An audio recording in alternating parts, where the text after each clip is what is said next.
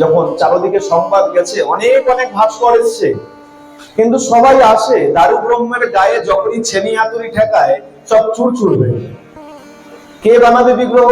মহারাজ আবার ক্ষেপ করলেন, আবার দুঃখ করছেন, হে প্রভু, বিগ্রহ বানাবো তো বানাবো কাকে দিয়ে? কেউ তো বানাতে পারছে না। হঠাৎ করে এক বৃদ্ধ ভাস্কর এসে, বৃদ্ধ এসে বলছে, মহারাজ যদি অনুমতি দেন আমি আপনাকে ভগবানের বিগ্রহ বানিয়ে দিতে পারি।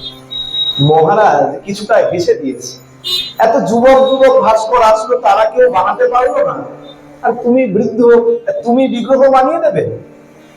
ভালো করে নামটা শুনবেন, এই ভাস্কর তার নাম কি বলছে, যার হাত ধরে এই ধরনীর বুকে প্রথম জগন্নাথ দেবের বিগ্রহ ফুটে উঠেছিল, তৈরি হয়েছিল।